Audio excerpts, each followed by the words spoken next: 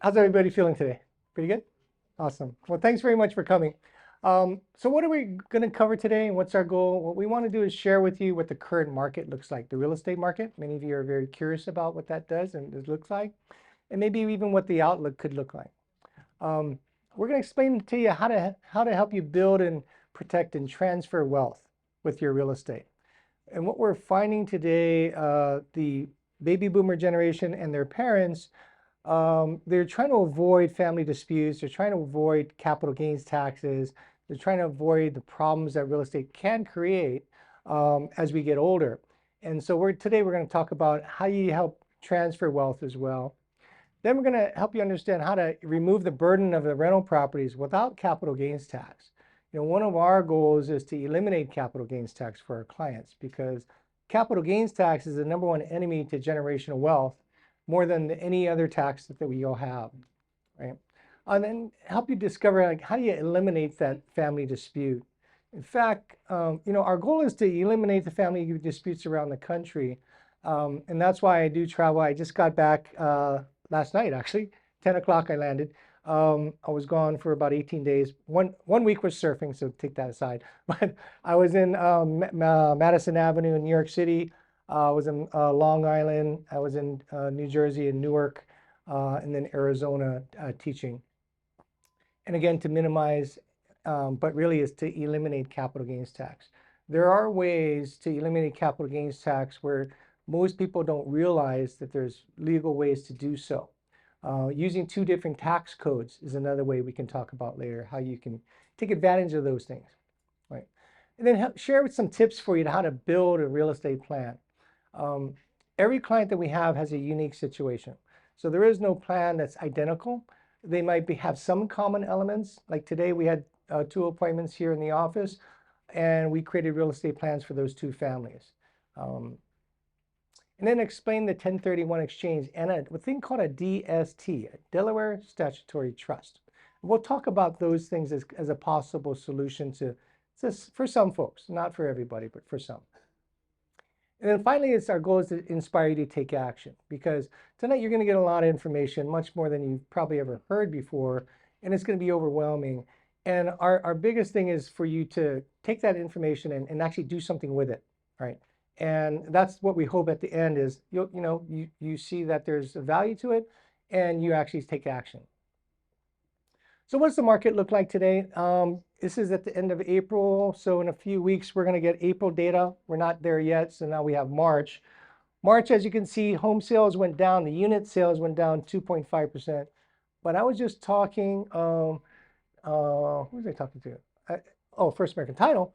And that actually number in total in the whole island, you're down about 25%. But as you can see, it's condos and single family homes, right?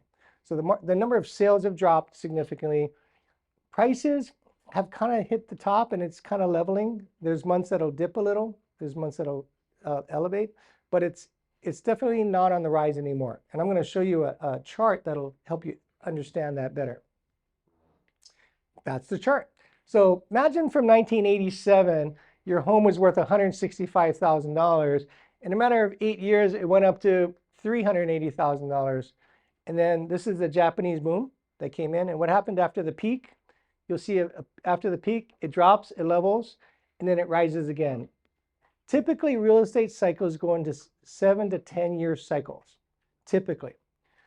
The last cycle, though, we were at 14 years, right? We elevated too fast in this time period here that now we're recovering. So after every peak, what happens? It levels off, just like this, just like this. So history repeats itself in cycles. And that's what we understand. And this is what we're now experiencing, this market here. You're going to continue to see this for a little bit, I would say, in the next few years, honestly. So if you're thinking of liquidating and selling something, sooner is probably better than later, unless you're willing to hold on to it for another 10 to 15 years. Because the market will go up again, right? It's going to go up again. But in the beginning of the cycle, after the peak, you see this? This is always what happens, right? So just something to consider. Interest rates, everyone's concerned about that. They're high, yes. because the government has only one tool to stop inflation. That's increasing the cost of the money, which is the interest rates. And what they do is their number one enemy is real estate, believe it or not, because real estate is what drives the most of the inflation, right? You have the consumer goods, but what's happening is they got to put a downward pressure on those prices. The way they do that, they increase the interest rates so less people buy. So the prices don't go up, right? And that's what's happening today. And we're going to see that for a bit. We're going to have another election here soon, and that should stabilize it. But honestly, if you're thinking you're going to wait till 2 or 3%, you're never going to see that ever in your lifetime. That the government wants it at 6%, right? We're at over 7 today. And so they're going to slowly start bringing that down, but I doubt if it'll ever get under 5 ever again, because they've learned their lesson. They've learned their lesson that when you do things like that, this happens. Inflation rises, right? And that's the only thing that they don't want. They don't want this to happen again, right? Because of the pain that has been created.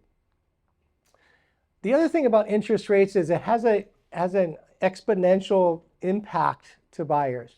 So this is an example of what happens when your interest rate rises just 1%. Let's say it was 6% and it goes to 7%.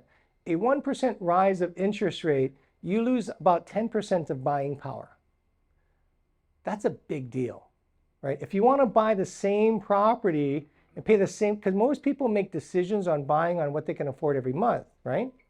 So if I want to keep my payments the same, I got to buy less than $1 million. I now can only buy this, which is a 10% decrease. If you want to say, well, I'm okay paying more, I want to buy the same property, how much more? Yeah, you're about 11% more on a monthly payment. That's why things have slowed down so much, because of this mathematical formula. This is what happens because of the math, right? And so what's happening? Less buyers in the market, and believe it or not, less sellers in the market. And that's why you saw the decrease in sales, right? Because there's real estate that's out there, but there's not as many out there. What does that do for you? It's actually a good thing for sellers, because there's more competition for your property, because there's less properties like yours available. Yes? Okay, so single family, you showed 2% decrease, and condos were 20, a couple slides. This one right here. This is in total unit sales. So how do you explain the 20, what's your thoughts on the 22% decrease? So who does it impact the most? The rise of interest rate, who does it impact the most? The first-time buyer or the multimillionaire? That's why. That's why. Because most of the condos are entry level, right? If you look around town, all you got to do is swing left or right from this point of view. See all these condos here? Yeah. Those are studios, 1 bedrooms, maybe 2 bedrooms, right? You also see the luxury condos coming up, right? But they're really expensive, right? So not everybody's affording those. Right? And so that's why it went down. It impacts the entry-level buyer more than it does the wealthy buyer. See what I'm saying? Because a lot of these guys are buying in cash. Doesn't impact them. Condos, they rarely buy in cash. The other thing that's happening in the world of real estate today is the insurance on these condos. In fact, I was just talking to Dennis that, what percent, is Dennis still here? What percentage is canceling now, Dennis, because of you can't get insurance? 30 to 40 that come into escrow. 30 to 40% of escrows in a condo that go to market, that find a buyer, cancel because a buyer can't get insurance. And the agent didn't do their due diligence. See, anytime we take a property on the market, we're going to do our due diligence up front to be real clear with you what you're against. What are the obstacles that you're going to face? We run it through a filtering system. We run it through a couple of lenders, right? We check with title. And so we're going to validate its ability, the marketability of it. Now, if your property cannot get insurance, and we've sold them without insurance. I mean, we've sold properties that you could not, see, if you can't get insurance, you can't get a loan. If you can't get a loan, that's that entry-level buyer. But if the guy comes in with cash, not a problem. Yeah. What is the reason we cannot get it? Because the insurance industry is really concerned. You know, all those problems we had in Florida, right? So you think of all the natural disasters, right? You take all those into the case, then you take the ones of Florida where the building fell down, right? And then you take the fires. So these insurance companies, they're getting pretty smart. They're not giving insurance on properties there's a liability to, right? Here's a fun tip. You think of all the downturns in economies we've had, we saw tons of businesses go under, right? How many insurance companies ever went under? 0. Why is that? They're smart, exactly. They know what they're going to insure. So if it's too risky, they're not going to offer insurance. And if one guy doesn't, the rest usually don't either. Then you're stuck, right? So if you have a condo and it's, what was the age period? Anybody remember, guys? Jay? The age period of these condos, I think it was in the 70s, right? It was, yeah, insurance short. It was in the, It's majority of the buildings that have very high replacement value costs. yeah. Because there are still some low rises, some walk-ups that 50 million they can get the insurance for, about $100 million, Yeah. $75 million will they sell. It's too high. They don't want to, it's too much risk, right, for them. So that's why. Yeah. Okay, so where was that? Okay, so there's only 2 types of property you have, one that you live in and one that you don't. The one that you live in is called a primary residence. You can have one of those. And the government says if you lived in it 2 out of the last 5 years, you get $250,000 capital gains tax-free. It's an exemption. It's not a deduction, it's tax-free, right? A husband or married couple living in the property on title, $500,000. There is no other asset that you own today that you could sell and not have a capital gain tax incident on, except real estate, your primary residence, the only one left. And that's why when older folks, we've been helping people downsize, declutter, and move for almost 2 decades now. And that's why they're selling their home, because they know that's the only way to take the money out. If you sell your stocks and bonds, you're paying tax on it. In fact, we just met with a guy today that he had done some stuff in real estate before, and what he said was in order to buy another property, he sold all his stock. I asked him, so what was your capital gains tax? Yeah, I didn't know about this. It was $88,000. And he was really upset because his realtor never taught him that. Right. Can I ask you something? Yeah. Hold on. You say while you live in 2 out of 5 years. So 2 out of the 5 years, any 2, 82. any 2. Oh yeah. First year, last year, you could do this, you could do this. But you I have, can't do this, I'm not very dyslexic. You can do this, any of the 2. how about is it the first one is 5, 6 years, 10 years old? I buy another second one. It's only 2 out of 5. Only 2 The out of last 5. 5 years is what counts from the sale. Okay, the last 5 years. Okay. Now, if you don't live in it, yeah. So, Right. the 500,000. Yeah. The couple is married, but only one of them is on the title. Then you 250.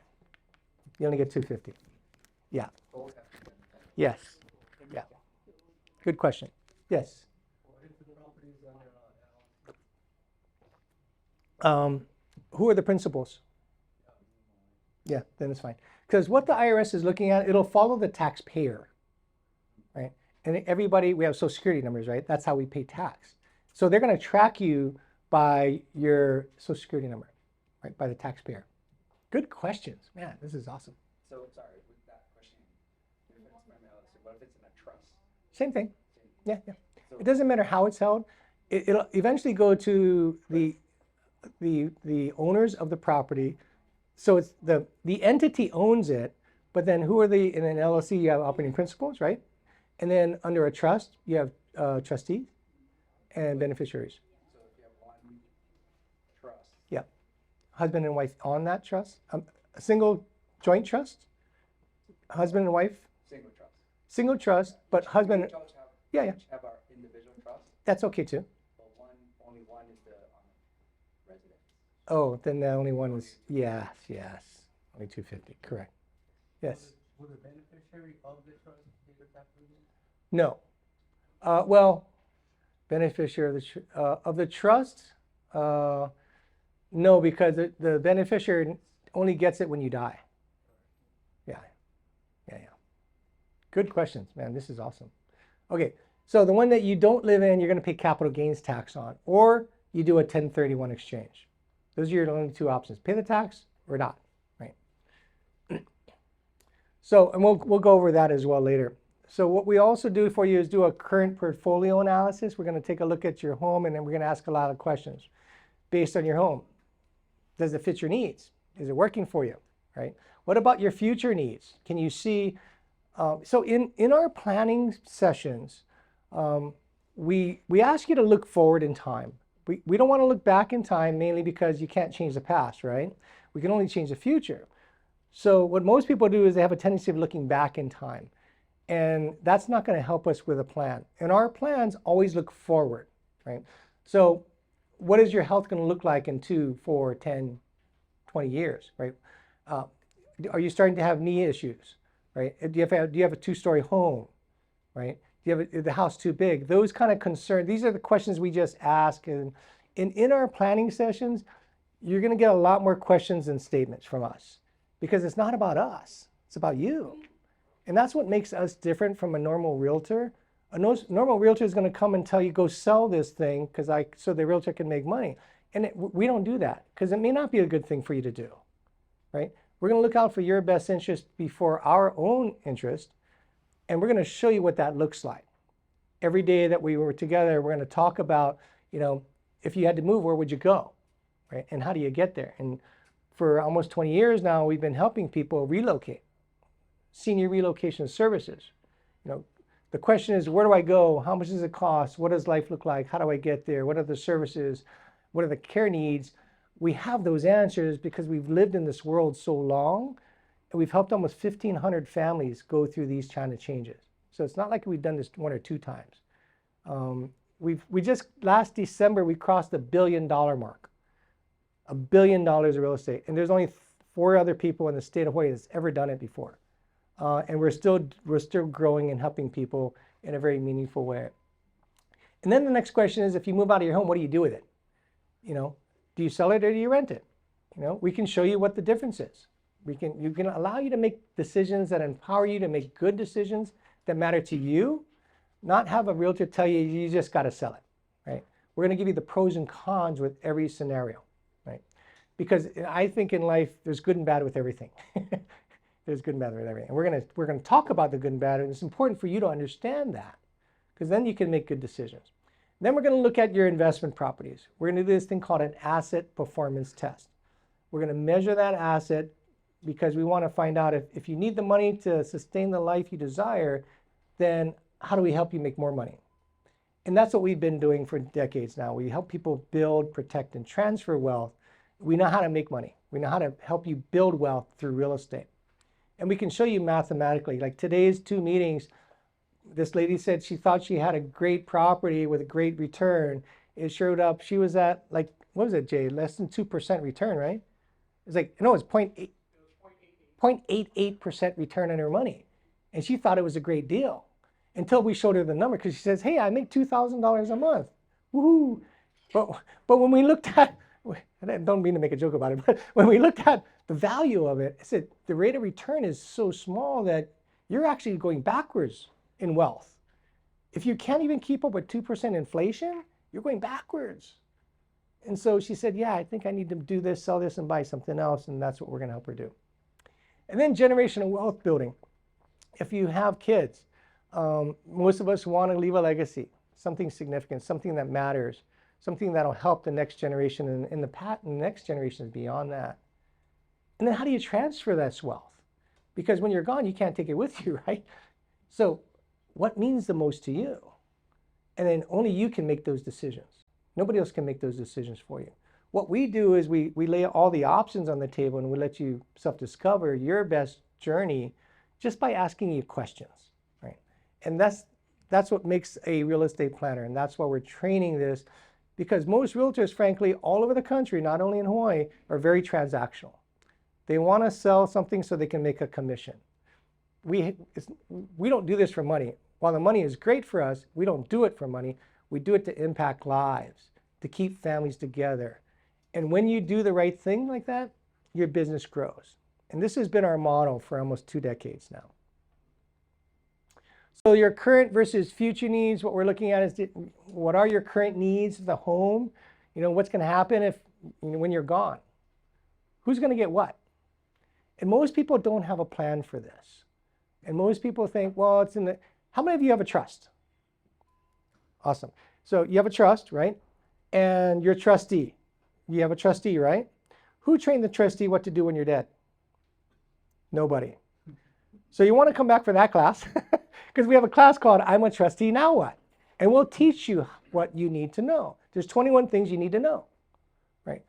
The reason why realtors don't do this is one, they don't understand it, and two, it really doesn't make them more money, they think, right? We do this because we care and we know certain things that you need to know to make sure your family doesn't go through the stress and the burden, right, of things. I don't know if you realize this. How many of you have heard a family fight over real estate after mom and dad died? Everybody? Yeah. Why does that happen? Why does that happen? Well, we first say, well, it's greed. Well, partly true, but not always. You know, here's a real problem. How do you split real estate? You can't. So what most of you, here's my challenge for you. I want you to go home and read your trust document, and you tell me what it says. But here's what I believe it's going to say. That your kids share it. Now, how many of you have kids? Raise your hand. You have kids? And now, how many, keep your hands up. Now, how many of you have more than one? The bottom line is if you have more than one child, there's a chance you're going to have a dispute. And the data says, attorneys tell us 70% of all families are going to have some level of dispute over real estate after their parents die. 70%. We're on a national mission to change that data.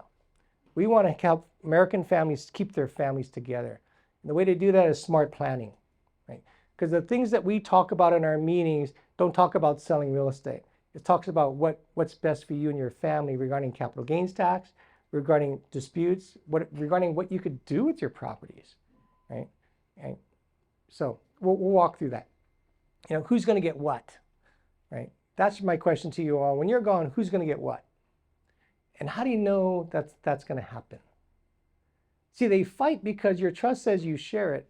And it sounds simple, but in order to share it, it has to be sold. But what your trust probably doesn't say, unless you use an attorney that we use, is that it has a time frame by which it has to be sold.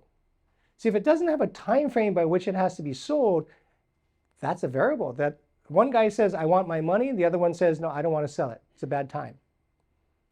And especially if one person is living in the house, he's not going to want to sell it. And the other guy who gets 50% interest, he doesn't have money to buy it. Now you have a fight. The only people that win this, ladies and gentlemen, are attorneys. Those are the only people that win. And our goal is to eliminate the family dispute litigator. We want to remove the family dispute litigator. Hopefully none of you are that. We want to eliminate the family dispute litigator. Because if we do that, we know that we've removed the fight. If we remove the fight, that means we keep families together. Okay? And then the next question is, what's your ideal timing? What's best for you? Right? And then figure out, like, where do you start? Right? So what we do is we give you a market analysis. Today you've seen some very general information if you gave us your address of market values.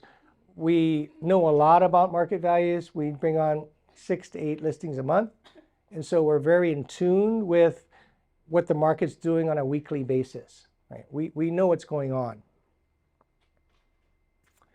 And oh yeah, we're at, is it 1498? Is that right? This is a new chart. I didn't see this. Yeah, we're at almost 1,500 transactions that we've closed in order to help this many people. Oh yeah, we had $1 billion party at Wildlife Country Club with some of our clients. So here's what's going on in the market. And the market right now is doing really well at 99.8% of the list price to sold price. That's pretty good. Our data says we're at 103.5% of the market of the list price to sold price. So basically we make our clients almost $40,000 on average statistically. Right? Math shows that. And this is just pure data. Okay? This is no opinion on anything. It's pure data. And I would question that if it was only a few sales. It's not a few sales. We'll do over 100 units a year we'll sell. Okay, we have, as you can see, a very robust team that's very highly experienced and trained to be able to handle this, and our clients seem to like that. Days in the market's also less than most. We have a proprietary plan called a 10-day blitz that we can move properties faster for more money. It's proven. And we've taken a model out of Pasadena, California. We stuck it in our business about 8 years ago, and we do it today. It's called 10-day blitz. So we put our house in the market. What most people will do is you'll stick it on the market and they'll take the first offer because that's what the realtor wants, because it's the fastest way to their money, right? We don't do that. What we're going to do is we're going to put it on the market on a Friday. We'll have an open house on a Sunday. We'll have another open house the following Sunday. All offers are due on Monday. We create an auction effect. It's a system. It's a system that's got proven data to support its effectiveness. Again, everything we do, we track, we create systems for, because we do this a lot, right? And so, yeah, our clients are happy that they can get their money faster than most. Considering that I make the buyers wait 10 days, and yet we still sell it faster. It's funny how that works. You wouldn't think so, right? You would think just the opposite. But our system is proven. What we'll also do is do an equity analysis just to give you an idea of what your net proceeds are going to look like. Everybody needs to know at the end of the day, after I sell my property, what am I going to have left? What is the net number? So we want to make sure that you're in front of that number ahead of time, right? So nothing will be a mystery for you when you work with us. Nothing, because we're always going to be ahead of what's going to happen. And the reason why we're able to get ahead is because we have enough reps in it, enough transactions to know how to get in front of things. We're going to also do an estimate on your cost basis, and we're going to do an estimate on your capital gains tax. That's something all over the country nobody does today. Realtors do not even understand capital gains tax. They don't understand cost basis. They don't know the difference. So I'm training all over the country, and I'm blown away because the industry doesn't train you on that, because it doesn't impact the agent. It doesn't help the agent make more money. There's no benefit to the agent. There's only a benefit to you, the seller. So that's why that's one of the first questions we ask is, do you understand your capital gains tax liability? And I got to tell you, I've asked that tens of thousands of times, and there's only one person that knew the answer. And you probably never guess. It was my dad. My dad and my mom had left us, my mom 2 years ago, my dad last February, he passed at 93. But prior to his passing, he knew my mom and he were getting sick, and he didn't want, I'm the youngest of 6. Yeah, and we were not alike. Okay. And so he didn't want us to dispute over anything. So he said, Dan, he started first on his mainland properties. We started selling those first. Wasn't much gain on that, but he just wanted to clear the books. Then he wanted to sell his house. And frankly, my sister was upset at me. She thought I was trying to do this to make money. I said, I don't need the money. It's not about me. Dad wants to sell it because he doesn't want to have to deal with all of this. And when I asked him that question, because I ask everybody, do you understand your capital gains tax liability? He said, yes. I go, what is it? He goes, it's $88,000.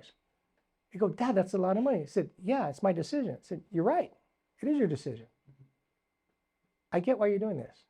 And I said, we'll do anything you want. Well, a couple of my family members, they weren't very happy with me because they were thinking $88,000 out of their pocket. I said, hey, that's not your kuleana. That's his kuleana. You cannot tell him what to do because of your desires. He gets to choose that. And I got to tell you how many times I have these conversations with the families that they just don't get it. Because his main goal was, before he passed, that everything was liquidated and he could give cash to everybody. And that's what Dad did.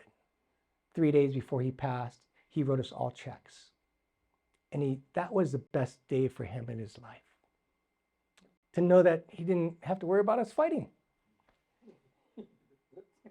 Yeah, and I gotta tell you, it still didn't sit well with some of my family members. But I told him it's not their decision, right? It's Dad's decision. But I gotta tell you, I haven't found anybody else to know that number. And I haven't found realtors that ask that question. What's your capital gains tax liability? Because it doesn't impact them. And that's why I'm training agents around the country said, if you really care about another human being, you should care about capital gains tax. Because most of this generation, it's got a lot of capital gain. And realtors, I'm training them to say, you got to ask the question, right? So how do you calculate capital gains tax? It's simply, you got your net selling price minus your adjusted cost basis gives you your capital gain. You take your selling price minus the cost of selling, and then you minus your cost basis is the price that you bought it for or the value by which it was transferred to you at. Meaning if somebody passed away, so if somebody passed away, you need a time of death appraisal. If you have somebody that has passed away, know that that's one of your jobs as a trustee to get a time of death appraisal, right? And you're going to want to do that because you got to determine your cost basis. Now you can add improvements as long as you have receipts for them. Most people don't have receipts. So, oh yeah, I built this thing and my brother's cousin, sister's friend helped me and they paid them cash. Yeah, the IRS is not going to take anything unless you got a receipt, right? And then there's this thing called depreciation. And that's something that most people don't understand and most realtors never consider. Right? So real quickly, depreciation is something that the government gives us. And whether you take it or not, they're going to do they have a depreciation recapture schedule, which is 25% of all the money they gave you, whether you took it or not, they're going to tell you to pay it back. They're going to tell you to pay it back, right? That's depreciation, recapture. So what is depreciation? So if you think of an investment property, and by the way, depreciation is only on a non-owner occupied property. You have an investment property you don't live in, you get passive income, hopefully, and the government's giving you a passive loss called depreciation, which offsets your passive income. So what that means is they take the improvement value of the property, not the land, just the improvements. And they take that number and they divide it by 27.5 years. Like, who is the genius to decide that weird number? Like, how does that make sense? What they're basically saying is your home that you built will only last 27.5 years, and after that you're going to break it down and build another one. Like, who does that? Nobody does that. But the government gives it to you. But after 27.5 years, you have no depreciation left. Now, what does depreciation do for you? Remember, it offsets your passive income. What that means is it gives you about a 20% net positive cash flow because you're paying less taxes. That's the value of depreciation. But if you have an investment property, so if you sell at $1 million and it's fully depreciated, in the laws, in the books that you'll read, if you ever Googled 1031 exchanges, it says equal or greater than. Let's say you sell at $1 million, you buy at $1 million.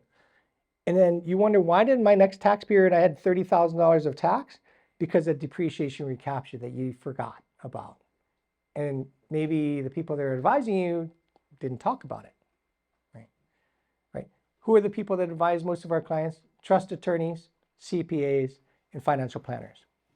Right? Most of these guys should know this, some don't, right? These are the high-level conversations we have with all of our clients. Remember, this has no bearing on me as a realtor. I'm still going to get paid the same amount of money. But why do I have these conversations? Why does our team do that?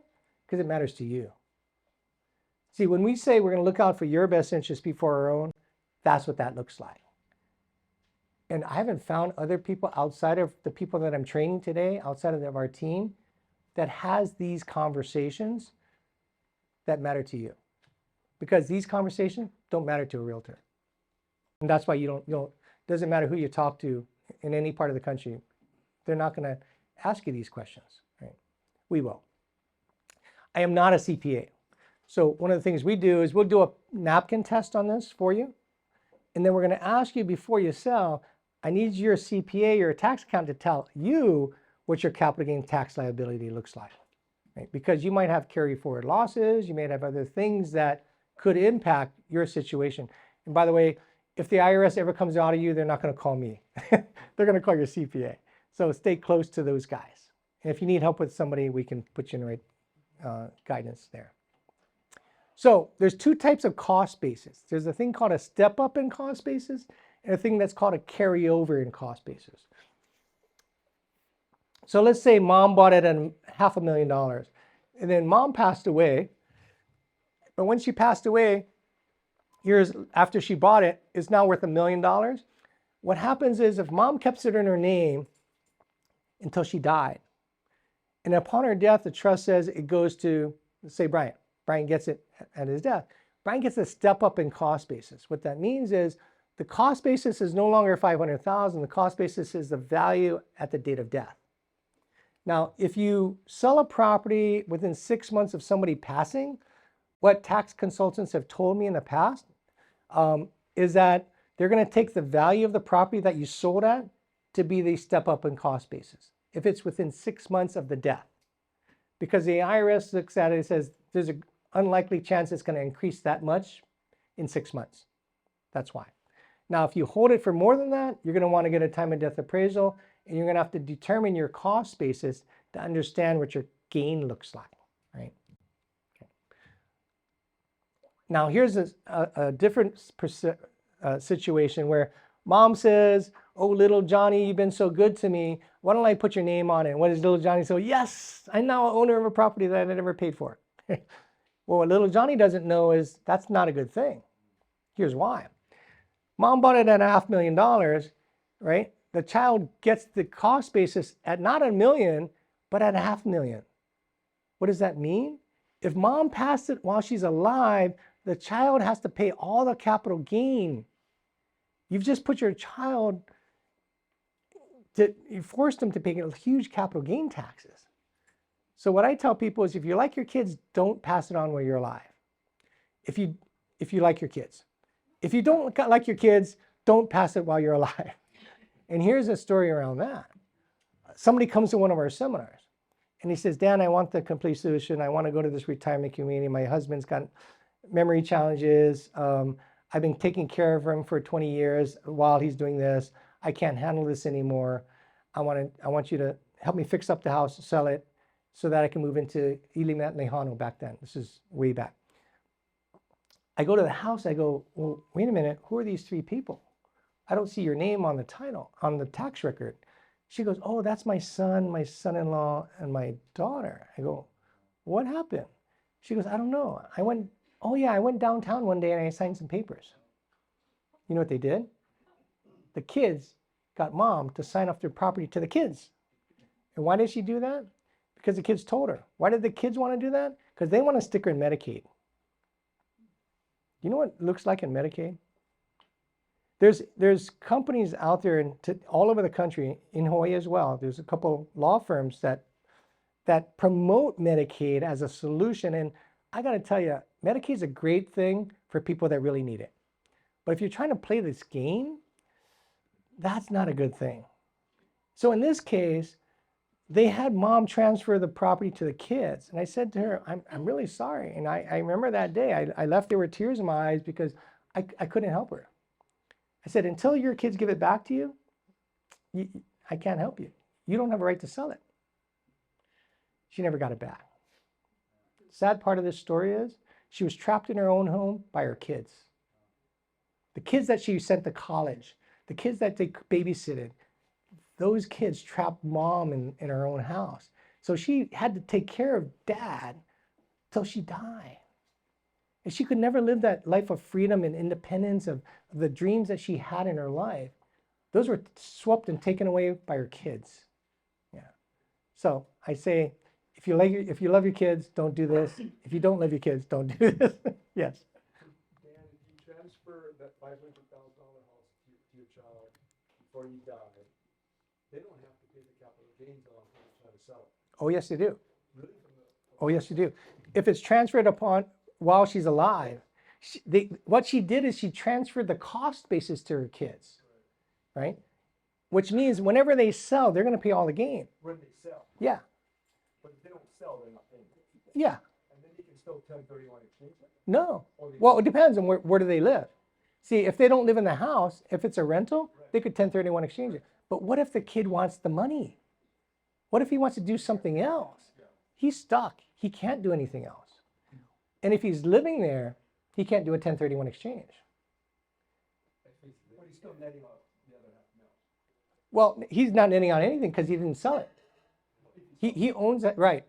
Right. 20% on the $500,000, right? No, it's closer to 30%. What would the state pay you? Yeah, of course, in this case, it'd be 30% of $500,000. That's a big number. I mean, my question is, how long would it take you to save that money? And they say, I could never do that. You did it with real estate, and you had a house to live in. That's one of the beautiful things about real estate, right? So what we'll do is we do a capital gains tax assessment. That's where we start our conversations, just to be clear on what that's going to look like for you if you fail a 1031 exchange, right? And so just know that the government, federal government's going to take up to 20%. If your adjusted gross income is greater than 400,000, add another 3.8%, thanks to Mr. Obama. And then the state of Hawaii, you got 7.25%. Looking at about 30% is a rough number, right, in the state of Hawaii. Some states don't have state capital gains tax. There's 9 states that don't. Depends on where the property is located.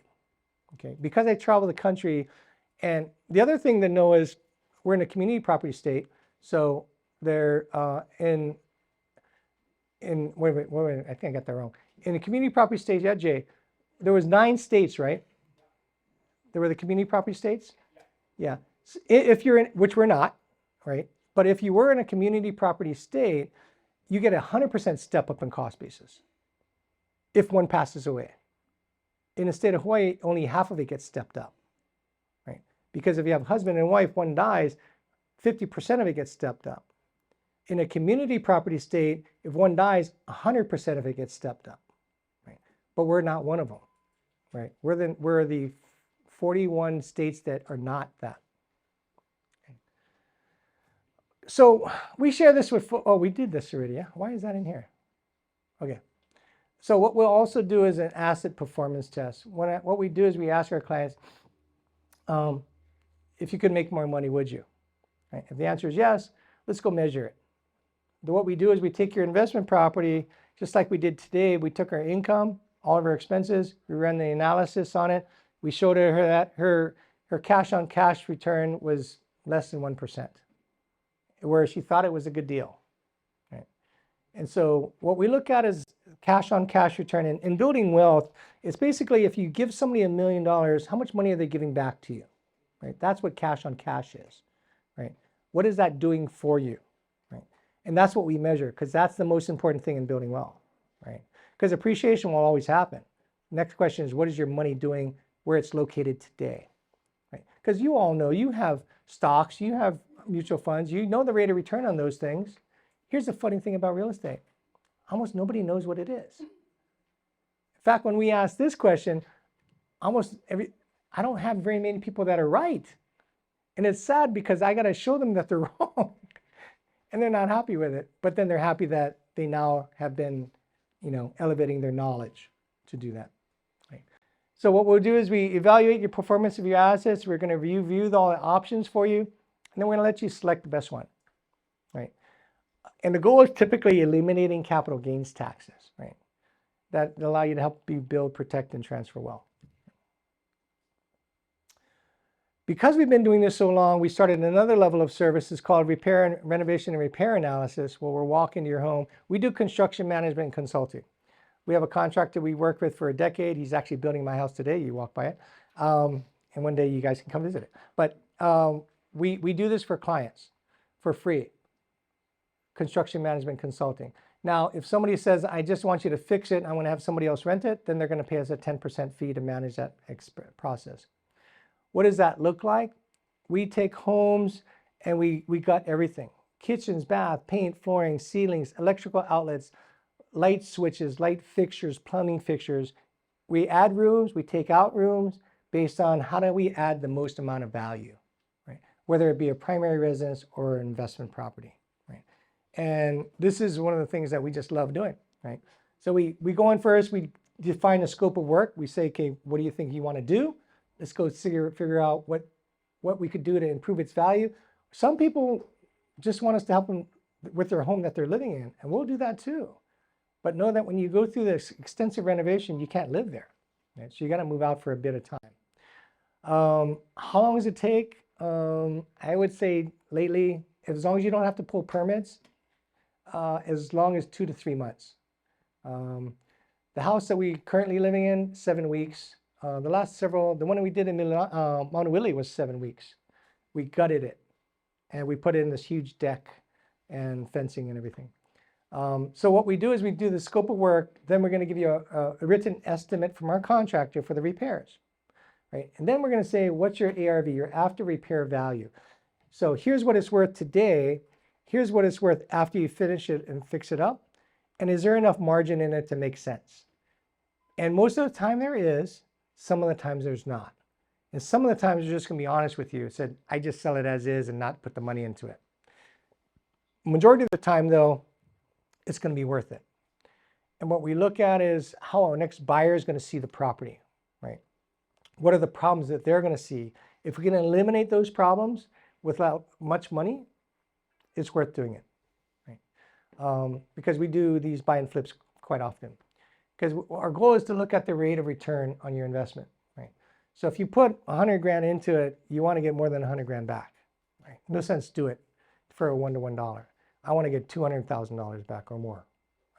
That's the goal. So if I can double your money, is that a good thing? Most people would say yeah. Yeah. So that's kind of the rule of thumb we use. For every dollar you put in, I want to get $2 out. Right? And if we can't, then we're going to be honest with you and you can say, you know, I've actually had people that says, I don't care if I make more money, I just want it done. And most of those people do that because of pride of authorship. They pride of ownership. They don't want people going to the house when it doesn't look as nice as it could, right? And there are people like that. And if that's you, that's okay. But we're going to be honest with you if that's going to make you make money or not, right? Yeah, that's what we're going to do for you. This is actually the most fun part we do. So this kitchen turned out to that. This is an old single wall construction. So we took out this wall. This is the same kitchen now. See the window? Still there. We put the island in and an island vent, and we put all the cabinets in, and we reconfigured the entire kitchen. This bathroom was old school, where it had the door before the toilet. Many of you have seen that. We gutted this thing out. It's all one big bathroom now. Right? We do this so much that we know the colors, the countertops, the cabinets that people like, right? That will sell for the most amount of money, that'll appeal to the most amount of people. Right? And that's typically the goal. But if any of you ever want to see anything, we've always got something that we're on there. This is a chart we show our clients, and then they say to us, can you talk to my kids? See, young people today, they're in the microwave generation, right? They want it fast. So what you're seeing is the young people aren't investing anymore. Why? Because they can't make money immediately. This shows you an example, and we did this because there was a client that lived this life. So they wanted to look at 801 South Street. So one person is renting at 801 South Street, right over here in town. It's a 2-bedroom, 1-bath. It would rent for around $2,200 a month. And if we said, if this guy rents for 30 years, what does he own at the end of 30 years? He owns nothing. He owns nothing. The guy that bought, he spends the same amount of money every single month on a mortgage payment, but there's one difference. Grandma blessed him with $100,000 doing a 1031 exchange to seed money his down payment. He could never have bought the property without some help. They don't have any money. They didn't save any money. So what did Grandma do? She put the $100,000 of her 1031 exchange into a property, co-owned it with the grandson, and the son pays $22.71. While his friend pays the same amount of money, lives in the same unit, 30 years later, look what they did. He built $1.62 million. It's significant. See, many of you folks have wealth in real estate. It didn't happen overnight, I can tell you that. In fact, today's one we saw, Jay, was they bought it for what? $20,000? $13,000. It's worth what? 1.5? 1.5? I said, like, but we're not teaching our kids to do this. So when my kids, Randy's not here yet. Okay, good. I have 3 boys, and our youngest is 22, 24, and 27. When they were in middle school, I started brainwashing them. I use that word seriously because I did. I said, your goal should be to own real estate before you graduate college. Because think of from 25, by the time 30 years come, you're 55, it's paid off, right? You start at 55, you're gonna be dead by the time it's paid off, right? And so my youngest did it. He worked hard in high school. He made $50,000 in high school while he played baseball in mid-pack, while he went to school, and he worked as well. He worked his butt off. He saved money. He didn't spend a bug in his pocket as ever. He lives in my house. I told him, you work, I'll cover everything. He saved every penny of it. Before he graduates college, he said, Dad, when am I thought you said I was going to buy one. I said, oh yeah. So we found a place. He bought his own condo at 22 years old. And I was really proud. He's building wealth way before anybody his age is ever doing that. 10 years from now, think of what that's going to be worth, right? 20 years from now, think of what it's going to be worth.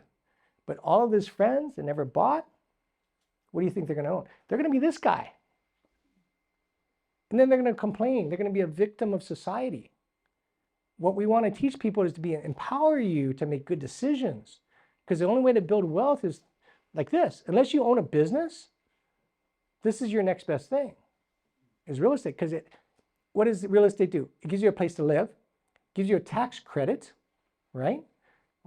You're not paying somebody else's mortgage. It appreciates. You can leverage it. You can pull money and equity out of it, right?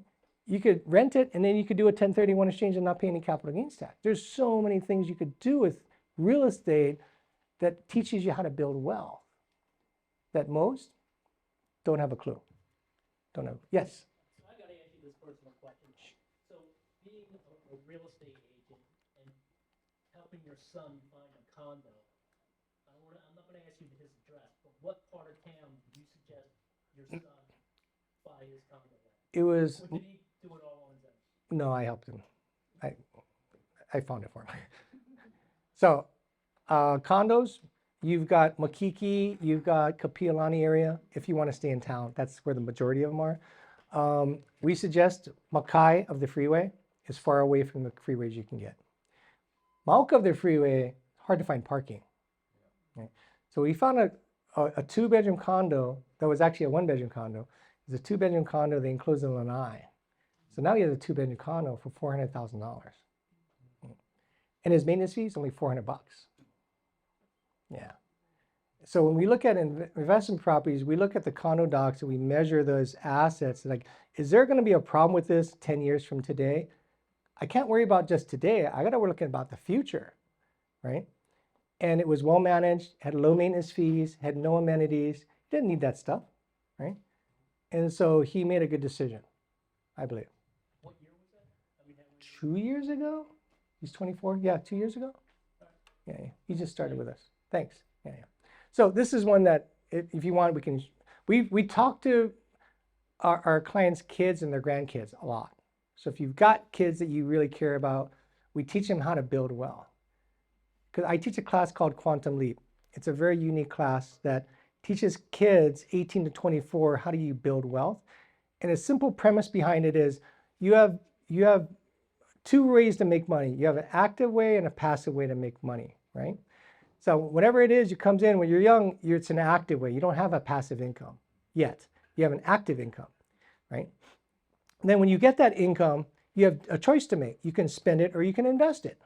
What do kids do? Spend it. That's a simple formula. Like they just want to buy all these gold chains and these expensive cars. Like, you know, that thing is the worst investment. I'm in a car business. Well, family is. That's the worst investment you can make. Once the four tires leave the lot, it's depreciated. Real estate appreciates. Nothing else appreciates like that. Really, nothing else of real value over time. Yes. You mentioned that grandma did a 1031 and gave $100,000. Yes. And she was still in the title? Yes. Yeah. It was a co-ownership property. Okay. I'm sorry? Third-party buyer. So grandma sold her whole place? Yeah. Bought a new place? She bought two. Bought one to do a 1031 for herself to have more income, but there was extra money left to give the grandmother. Yeah. Well, actually, I'll show you a chart later that how we do this for folks. So with the 1031 have the limit time, right? Yes, it does. What is the limit time? Actually, I'm glad you asked. I think we're going to show you in a second. And that's an example of what compounding does. Building wealth doesn't happen overnight. It is this compounding. The principle of compounding is something that most people don't understand. You guys actually lived it though, but you just didn't know what you did. You didn't know why it worked, right? It just happened. Now we're trying to teach people to live an intentional life. An intentional life says, how do I intentionally build wealth, not accidentally build wealth? Not hopefully inherit something, but actually have a plan, a future plan that takes you 5, 10, 30 years out to build wealth. Right? Generational wealth building, what we want to do is we want to teach the next generation how to do this. Right? And so if you've got kids, you've got family members you're concerned about, what we do is we analyze the current portfolio and then we create a plan with an end in mind. Because at the end, when you're gone, who's going to get what? Right? So we want to understand the family and their goals and who needs help and how do we help them? Right? What does that look like? We would ask you, do your kids own properties? If they say no, they don't, and said if they could, would they? If they say yes, then maybe that's an option for you. My first question we're going to ask you is, if you have an investment property, do you need the income from the investment property to sustain the life you desire? If the answer is yes, we'll go help you make more money. If the answer is no, we're going to ask you, okay, tell me about your family.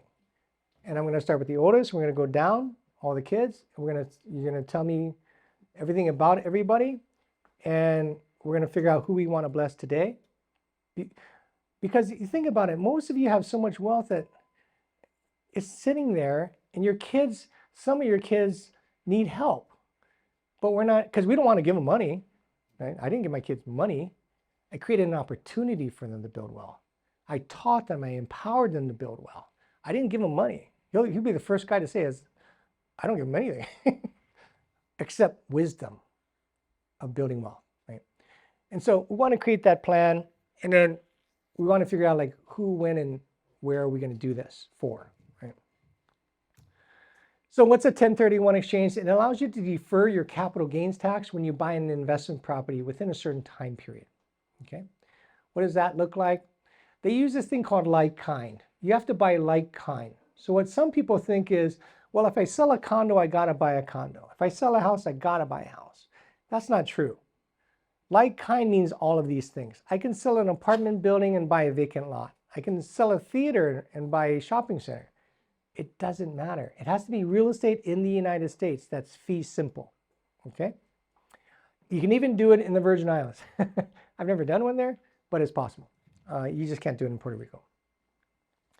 Then they have some rules to this. Your timeline question, right? There's specific rules that there's 2 rules, a designation rule that says you have 45 days from the day you sell a property to identify your replacement property. 45 days. And simultaneously, you must close within 180 days of the closing of your relinquished property. When most people see these guidelines, they say, I don't want to do it. It's too risky, right? And I would say, yeah, if you don't have a lot of experience in this, I probably wouldn't either, right? We probably have sold more 1031 exchanges than any realtor in the marketplace. We've sold over 300 of them, and we've never failed one. I don't know if you heard that. We've never failed a 1031 exchange. And what we tell you is, don't be the first. Yeah. I'm just joking. I'm joking. No, don't mess with our record, right? But there's a reason why we've never failed, and here's why. This chart's over 15 years old. It's a model we built that's bulletproof, and that's why we've never failed. See, because what most people think, in the law it says you sell and then you buy. That's called a forward exchange. And you think it's sequential. We don't see it as sequential. We see it as simultaneous. What that means is when somebody says, I want to sell an investment property, my first question is, do you understand your capital gains tax? They go, yeah, it's too high. I don't want to do it. Okay, then there's a 1031 exchange. Once they say that, then not only are we going to start aggressively marketing it, we're going to start searching for the replacement property. We're not going to wait. See, what many people do is, when the day of closing, you only have 45 days to find your replacement property. So if I say to you, what if I change the rules of the game? What if I said, I'll give you over 90 days?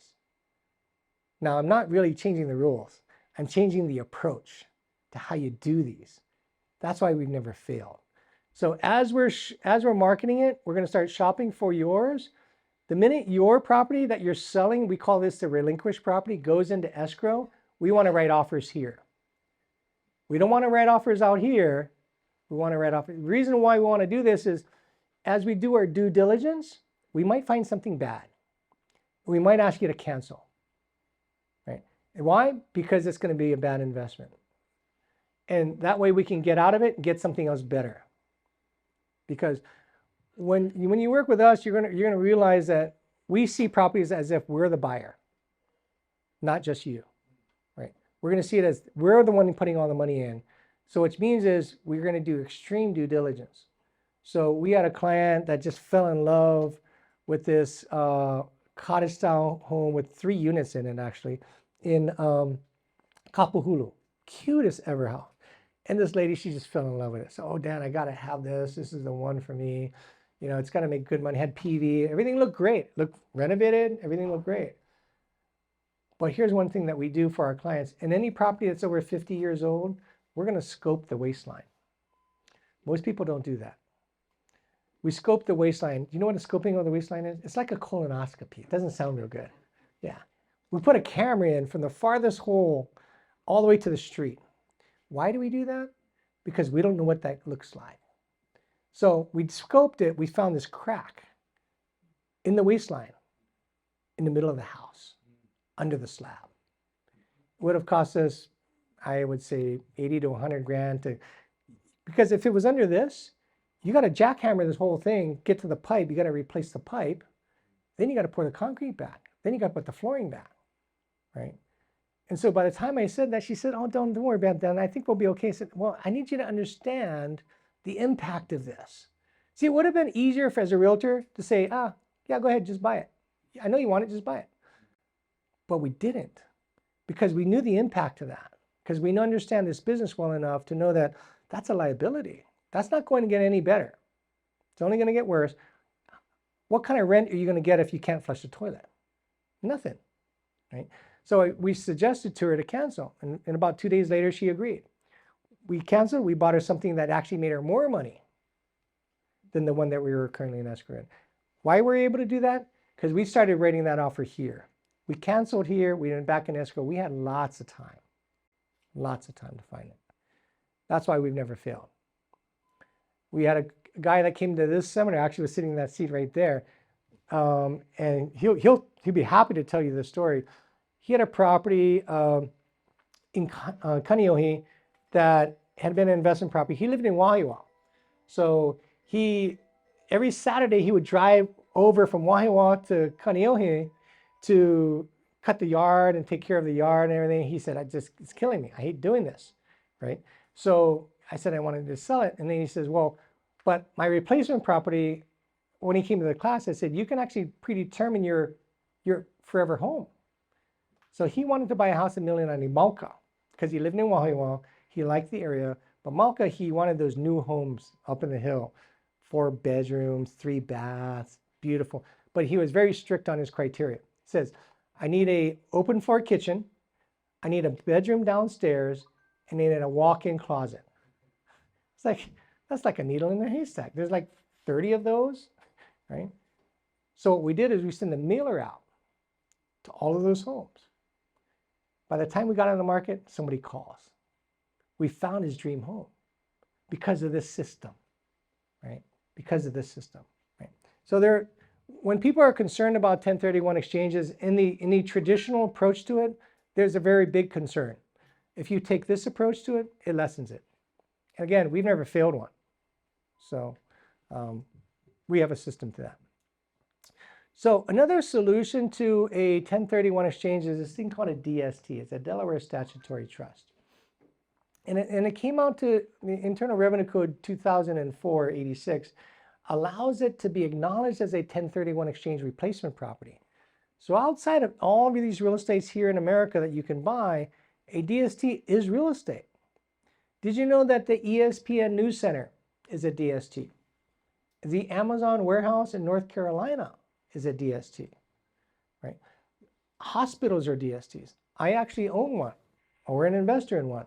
We did a 1031 exchange about I'm thinking 4 years ago, we sold no, when was COVID? 4 years? 4 years ago, yeah. Remember when COVID came out, it says, if your tenant loses his job, you can't kick him out? That scared the daylights out of me. So I told my wife, hey, let's just liquidate, sell this, and let's not worry about this for a while until this COVID thing, hopefully it ends, which it did. We put it into the DST. Now, a little bit of embarrassing comment is, I'm in real estate and I didn't even measure my own property. Because when I bought it, it was at 4.2%. I think, hey, it was great. But what I didn't realize is the rent never went up, but my maintenance fees went up. It ended up, I was getting 2.1% return on my money. I go, huh, this is not good. We sold it. I put it into a DST. My DST that I bought into was 4 apartment buildings in 4 different states that are 98% occupied. I get 4.5% return on my money today. I more than doubled my money, and I'll never have to worry about the toilet leaking or the tenant complaining. And I always joke about this. Every month they send you a piece of mail that says what your monthly income was. It's like the only mail I ever open, because it's the most fun mail that I get to see, because everybody else wants to take money from me. They're giving me money. And I didn't do anything. So it was acknowledged. The way it works is there's 500 accredited investors. What's an accredited investor? It's somebody that has $1 million of net worth outside of their primary residence, or somebody that makes $200,000 of net income, single person, couple, married couple, $300,000. That's an accredited investor. Most of our clients are accredited because of the investment properties they own. So we can give you an idea if you'd be accredited or not. And that's not a hard thing to do. You can buy bigger properties. You can buy higher quality properties. No longer do you need that old condo or that old house. You're getting A quality properties. These are newer properties. These are all over the country. They're not going to be in Hawaii. And it's going to be real estate. And you also don't, if you have a loan, you'll never have to need another loan again. See, the problem with, if you have an investment property with a loan and you sell it and you want to do a 1031 exchange, you got to replace that debt. You got to get another loan, or you got to bring in more money. Well, most people don't have the money to bring in, so they got to get another loan. Well, who wants to move a 3% interest rate to 7%? Nobody wants to do that. But the DSTs, there are many of them that have this non-recourse loan. What that means is you buy it with debt. Right? You can actually buy it with debt. I think later on we have some examples of that. You don't have any say in the matter. There's no voting rights to it. You don't have any control of that. They're going to hold it into that asset for 3 to 5, maybe 7 years. They're going to keep it, and then they're going to sell it. You're going to do another 1031 exchange and buy something else, either another DST, or you pull it out and buy real estate. Our decision to do the DST was because we have one son that owns this place, the other 2 don't. When that matures and sells, we're gonna 1031 exchange that into 2 properties where we're gonna seed money our kids, because that's just money we're never gonna touch anyways, right? I just didn't want to pay tax on it. So if you have an asset you don't need the money in, that's a good strategy. You can start seed moneying your kids to start building wealth, like the guy that on the right side that you saw. Yeah. It has to be $1 million plus. No. Minimum's $100,000. Yeah. Minimum's $100,000. It is filed with the SEC. It's a regulated asset, right? It goes through at least 3 different due diligence processes to value. Today, there's 96 DSTs on the market around the country. There's only 52 companies that do these things in the country today. But we use a company out of California now that has access to all of them, actually does due diligence on all of them. And here's the thing that I like about these guys is out of the 96 of them, they only support 5% of them. 5 or 6 of these properties will they recommend. And the reason for that is when the DST company comes to sell you these assets, it's the greatest thing next to sliced bread. These are salespeople doing this. Well, our guys in California, they're not attached to them. They have no vested interest in them. Their job is to protect you. So they're going to vet all of them. And they do. They showed me their vetting process, which blew my mind. Just totally blew my mind. He said, see this one, it looks good, but because of these variables, This could be a problem in the future. So we're going to put that one on the side. This one doesn't have these issues. So I was really impressed that they don't just do this they're very much like us. They're not doing it to make money. They're doing it to do the right thing for their client, right? Yeah. Oh. So what is it? You get up to 500 accredited investors. That's it. It is approved for the IRS for a 1031 exchange, and you have no management headaches. All those headaches are gone. So if you want true passive income in real estate, this is the only way to do it. If you want true passive income, right? Right now it's yielding about 4%. I'm getting 4.5%, but on average they're about 4%. Now there are some of them that are saying, oh, they're going to pay 8%. Be careful about that, because if it's too good to be true, there's probably a reason. And there's no hassle, no upfront cost. These are net numbers now. So you don't have to worry about commissions or fees. The 4% that they're talking about, that's net to you after all the fees. And in most cases, that's going to beat anything you got in Hawaii right now, because your return today is probably not 4%. Your net return is probably going to be less. And you don't need a loan on it. So these things go into different asset classes, right? You've got healthcare, which we're kind of avoiding now because the insurance laws that changed, it's negatively impacting the health industry. We're really looking at multifamily and housing, student housing. Those seem to be the highest demand with less issues around it. I would avoid office space as well. Yeah. Even though some people are coming back to the office, it's not a stable environment, right? Minimum is $100,000. So it's a good thing for, let's say you sold $1 million property, but the replacement's only $800,000. The $200,000 is called boot that you're paying tax on. 30% of that $200,000, let's say in that example, right? That's $60,000. If $60,000 means something to you, I'd stick it into a DST and eliminate all capital gains tax and actually make money on those $200,000. Why not?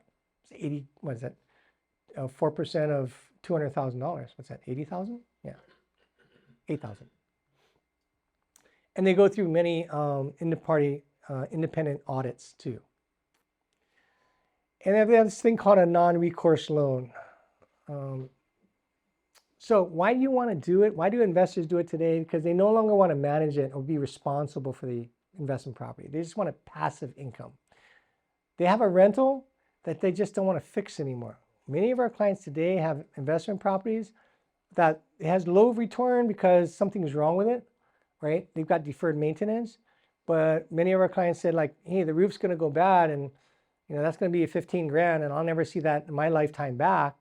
Let's liquidate. So what we see is a lot of people with properties that they don't want to fix up. Those are the easiest ones to do for you because it makes the most sense. You could save all that money and put it into something that'll generate more money for you. If you want to remove the physical or emotional burden of owning it, and the emotional burden comes from people that worry, a lot of people, they have a lot of time in their hands, so they worry about the tenants, they worry about, the toilets, the termites, all the trash, all these taxes. If you want to eliminate that, it's a simple way to eliminate it. You'll never have to worry about it because it's all included in that 4% return, right?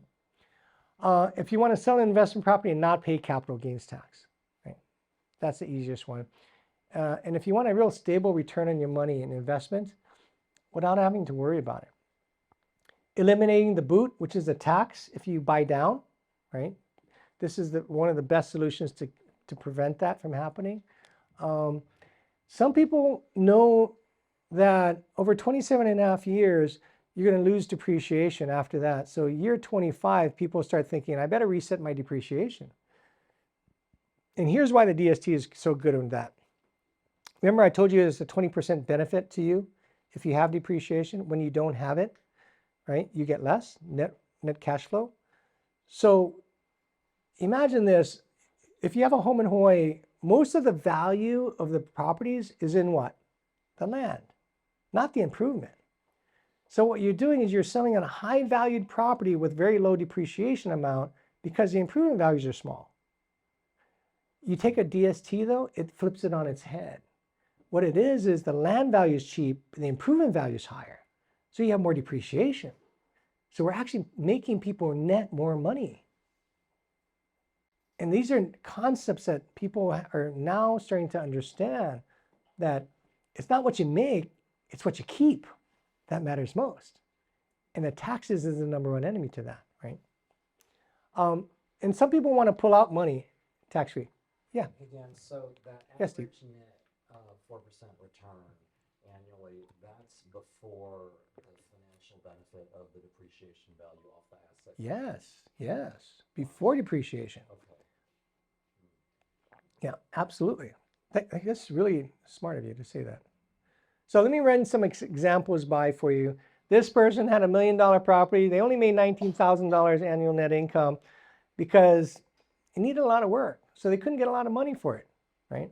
So they got a 1.9% cap rate. Right?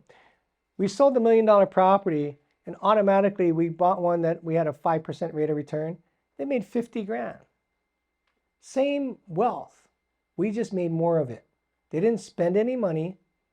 Didn't cost them any money to do this. They sold and they bought, and we made them more money.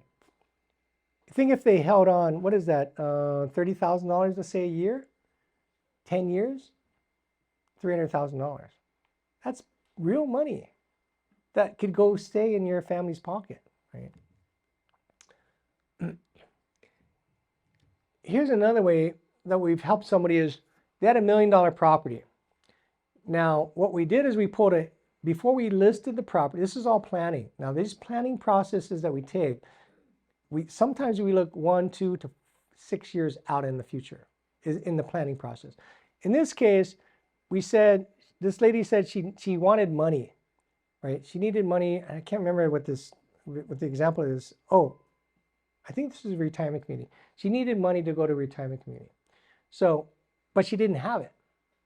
So she sold her investment property, but before she sold it, before she listed it, we helped her get a home equity line of credit, $500,000. So we got her a $500,000 line of credit. She didn't pull it out until we got an offer. The minute we got an offer, we pulled the money out. That's $500,000 we gave her tax-free. So you tell me, where are you going to get a $500,000 tax-free? You can't. This is the only way to do it. So we gave her $500,000 tax-free. We did a 1031 exchange. We eliminated her capital gain tax because she bought equal to, the DST is $1 million DST with a 50% loan to value. So she gets a $500,000 tax-free. She gets $25,000 a year. Right. 4 years, that's $100,000. She has $600,000 out of an asset that if she kept, this number would have gone down or her expenses would have gone up to fix it. Sorry, I completely missed this one. Can you go over it again? Sure. Lady had $1 million property, had some deferred maintenance. So her net operating, She was renting it out. it's investment, correct, investment. But she only got $19,000 a year out of $1 million. That's a very small return, right? So before we sold it though, before we actually put it on the market, we went down, we got her a home equity line of credit. Now, some people might say, well, even home equity line of credits are expensive. That's very true. But do they charge you money when you get the line of credit or when you take the money out? When you take the money out. That's why we didn't take it out until we got an offer. From the offer to closing is 45 days. Who cares if you pay a small percentage on 45 days? Because I'm going to ask you, where do you get a $500,000 tax-free? You don't. It's impossible. Ladies and gentlemen, I don't know a better way to help you make money than this. Okay, that's a good question. I love this question. This is great. So now let's say before she does the DST, let's say she has a HELOC, right? She doesn't pull it. She pulls it out before we close, before we get an escrow. Now she's got debt. Who pays off the debt? The buyer does. Exactly. When the buyer pays you the $1 million, doesn't he pay off the debt? Absolutely. It's wiped away. It's gone. He's paid off. How does she get the $1 million for the DST? Because it's a 50% loan to value DST. See, this DST, this $1 million DST in this example was set up this way. A $1 million DST, they only wanted $500,000 from you. They have one large loan that covers millions of dollars, and they're gonna allow you to take in the debt. Yeah. So the IRS doesn't look at that, They're, that you only put in 500,000? because did you buy equal to or greater than? Not really, because you only get Yeah, you did. Because the paperwork you sign is a $1 million DST.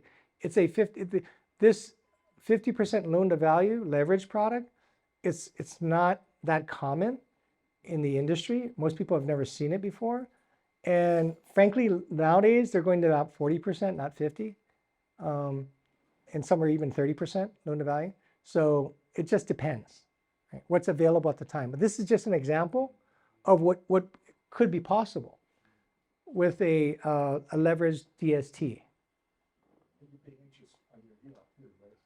Oh yeah, but that's only 45 days, right? Because once you close, the HELOC's gone. You don't have a HELOC. Remember, we got the line of credit before we sold it, right? Before we even went on the market. Because if you get a home equity line of credit after listing, you'll never get a home equity line of credit. The bank's not going to let you. So you got to get the home equity line of credit first. We put it on the market. Once you get an offer, you pull the money out. That's 45 days for that cost of that money, which is almost nothing. That's the best you can get, bro. Why don't I take like 800 or 900? Because they don't have a product that they're willing to sell to you in a DST. The highest I've ever seen is a 50% loan to value. Right? Yeah, that's why. But good question. Right. So what are the benefits of the DST? You get to defer your capital gains taxes or eliminate them.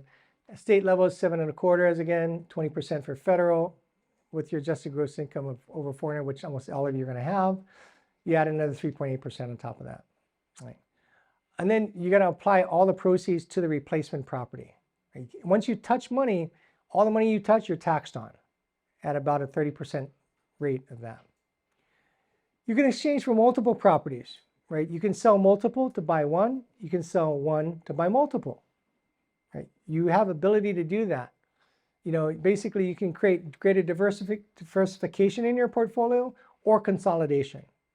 So we've had clients that sold 15 properties over buckets of 5. We sold 5 by 1, 5 by 1, 5 by 1, right? And these are all over the country, right? But these are strategies that take time and they take planning and it takes execution that don't leave that to chance, right?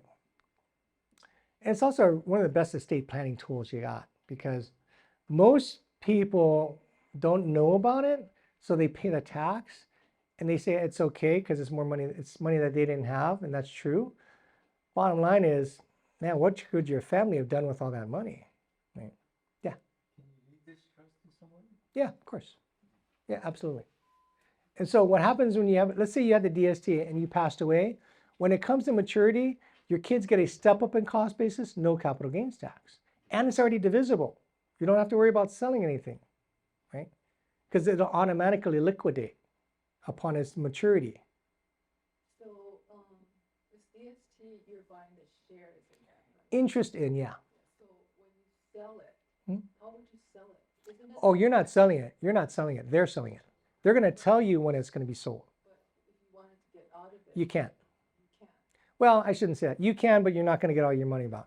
So, It's fractional shares. yeah. So here's the thing. I ask people, if you ever need to touch that money in your lifetime, I'm not even going to bring up a DST to you. That's not a good thing for you. But what about in the next life? If you, In the next life, I'm not sure what your next life's going to look like. oh yeah, if you have your children. Yeah. Yeah. So then how do they, if they wanted to So let's say they say you're going to mature in 5 years, but in 5 years comes, it doesn't mature and you die, right? Automatically it's transferred to your kids because it's already in your trust, right?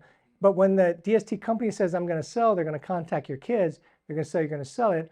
At that point, you got to step up in cost basis because you got the value at time of death, which is already appreciated. So is it easy to sell at that point if they wanted to? You're not going to sell until they tell you that they're going to sell, right? You can only get Get your money out. oh, you can do that, but so here's how it works. If you want to sell, you're going to go to the 500 of us that are owners, and you're going to ask who wants to buy it and who's going to give you what you paid for it. Nobody. Yeah, why would you? Because you're in need. I don't need your money, right? You need me more than I need you. So I'm not going to pay you. Nobody's going to pay you your fair market value. That's why I'm saying, if you ever think you ever will need to touch this money during your lifetime, we don't recommend a DST. It's not a good option for you because you can't get your money out. So it would stay in the family. Yeah. Well, no, not forever. Because remember, these things, they're designed to buy and sell it. They're not designed to hold it. Okay? A standard DST, now this is getting a little advanced, but there's another product type that's like a DST. It's called a 721 UPREIT. So the 721 UPREIT is designed for people that never want to do a 1031 exchange again. You say to me, I'll never need to touch that money, and I never want a 1031 exchange. We're not going to present you a DST option. We're going to present to you a 721 UPREIT. So what is a 721 UPREIT? It's a DST for 2 years, then it rolls into a REIT that'll stay in the REIT forever until you die. And when you die, you can sell your interest and you get your money out. Right? So that's why we're not here to prescribe anything to anybody. We're going to ask you questions and we're going to give you options based on what you tell us.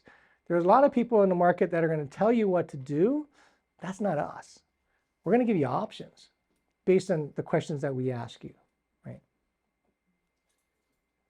So determining between the DST and investment properties, you can look at return and your tolerance level. Yeah. Well, that's one. The other is flexibility that you want, right? If you ever, remember, I'm going to ask you, are you ever going to need to touch that money? If the answer is yes, don't do a DST. Because there may be a point that if you want to get it, I can't get it for you. So I don't want this in your way. But if you're saying to me, I'll never touch the money and I never want to touch the money, then you can go to the DST. If you say, I never want to touch the money and I never want to do a 1031 exchange again, then you go to a 721 UPREIT. See, because a DST is going to require you to do another 1031 exchange. Because it will mature and it'll sell, which means you can't take the money out and spend it because you're going to be taxed on all that plus the stuff in the back, right? And you can put it back into another into investment. Yes, you're going to invest into another investment property here, anywhere in the country. Yeah.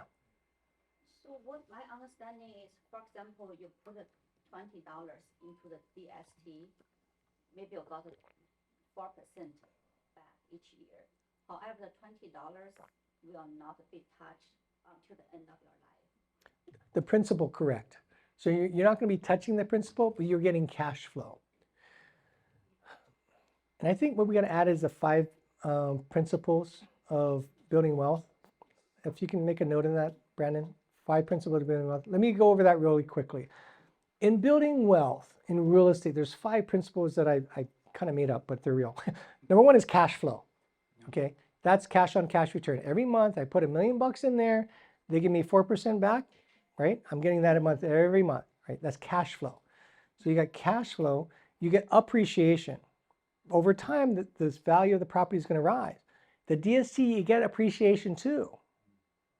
So let's say you bought $1 million DST. 4 years from now, it's 1.2 million.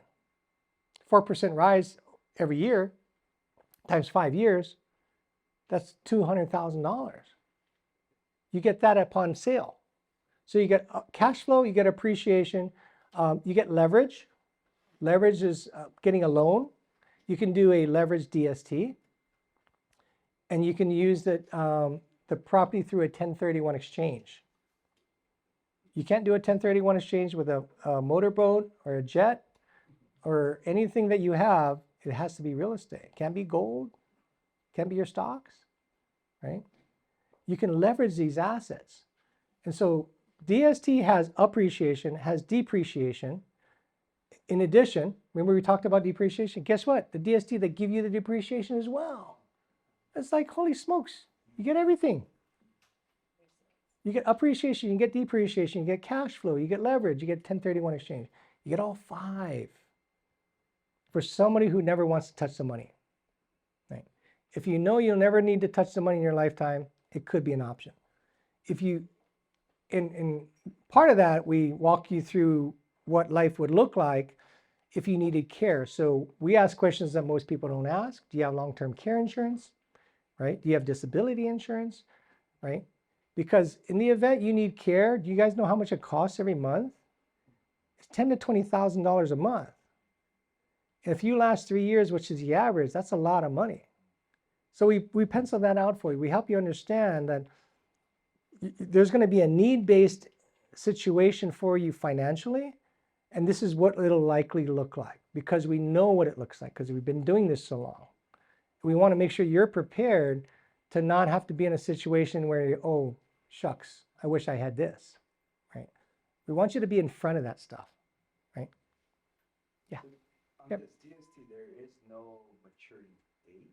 No. You just don't It's know. 3 to 5 years, you know, it depends. Yeah. Until they Yeah, yeah. They have a rough idea, but what if the market dips? They're going to hold on to it a little longer because, see, they actually make their money on the exit. They make their money on the appreciation side. So if it didn't appreciate much, they're going to hold it longer. So it could appreciate, your $1 million could appreciate, and you still get that 4%, let's say. Yep, yep. Appreciation, depreciation, cash flow. Yeah, you get them all. And if it doesn't appreciate, Then you're going to hold on to it longer because they're not going to sell it, right? They're not going to. You're going to get the cash flow on a monthly basis, but is that cash flow guaranteed or? there's no guarantee. Yeah, yeah. It's real estate. It's real estate. Like nobody can give you any guarantee in real estate, right? Yeah. But anyways, so is it a good time to do a 1031 exchange? It's a great time if you have significant equity in your property, meaning it's appreciated, right? If you want to upgrade your portfolio or increase your portfolio, right? If you want to relocate the asset, if you want to sell it and put it in another state or another city or another asset class, you can do that. If you want to help your family out with real estate, and at the end of this, I'll show you how that works. If you want to create a financial plan to create a legacy for your family, then that's the things that we talk about, right? How do you do that? If you want to pull cash out of your investment property and do a 1031 exchange into a DST, you can use a HELOC. Right? If you want to defer, eliminate all your capital gains tax, and if you want to create generational wealth, right? Because we always ask, have you ever heard of a family fight over real estate? And if your mom and dad pass away, and the answer is yes. So we want to eliminate that. We actually do family dispute resolution. Now, we don't like doing it, but we've done it in this room for families that never liked each other. And we do it by coming from a place of curiosity. And we get people to agree that they want to remove the pilikia in their life, you know, this fighting, this anxiety, because that's not healthy, right? But our goal is to get in front of it. So we prevent it from even showing up, right? So we want to understand the family dynamics, right? We want to understand the needs of the family. We also want to understand your trust document. So we're going to ask you to read, and we're going to pull your trust document. We're going to read it. We're going to explain to you what we understand. And we're likely, one of the questions we always ask our clients in the beginning is, who's your trust attorney, who's your CPA, and who's your financial planner? Because we're going to need them, and we're going to want to be, you want all of these trusted advisors on one table. See, the problem though is there's nobody planning your real estate today. CPA is going to say you don't sell your 1031, don't sell your property because it's going to be capital gain tax situation, and they don't want to deal with the 1031 exchange because some of them, they're afraid of it. Some of them, so we had a client, 3 clients, they were in their late 60s and 70s. Mom's old property, mom passed it while she was alive, so they thought they could just sell it, but they didn't realize there's this carryover in cost basis.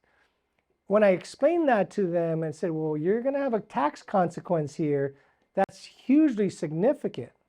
I mean, it was like 80 grand each child of the 3 of them. So it was over $1 million, right? It was in Ihara. And then, so I explained to him what a 1031 exchange was. And so 2 of them said, yes, I'm going to do it. We did those 1031 exchanges for them. One of them was in California, and their CPA says, I'm not going to do your taxes if you do it. It's like, wow. So I said, well, here, I give you another opinion. And we had this another CPA talk to that CPA. She still didn't want to do it because it was more work for her. Who was the CPA looking out for? Herself. She wasn't looking out for the client. It was just too much work for her. So there are people out there that we're finding that don't want to do that. My suggestion is we talk to them all before you make these decisions. Today's call, the meeting that we had, we know the attorney. We said, you know what, when you meet with the attorney, we'll be present on your behalf with you, and we'll explain the strategy and the plan so that everybody's on the same page. And they're very greatly appreciated that. All these extra services, all this knowledge, all this experience that we're sharing with you, we don't charge more for it. I don't know if you heard this. We don't charge more for it than the normal real estate agent sells. That's going to sell your piece of real estate. We should, but we don't, because we don't feel that we need to. Right? We're also going to look on like creating a plan to pass on that wealth for you. We're going to minimize taxes or eliminate them, alleviate the family, the property problems, burdens of it. Most importantly, we want to make sure your kids never fight. So a question that we ask a lot of our clients is, at the end of the day, who gets what? And you say, oh, don't worry, they'll figure it out when we're gone. My next question is, at the end of the day, when you're gone, do you want your kids to love each other? And everybody says, yeah. So my next question is, well, tell me, what's your plan to make sure that doesn't happen?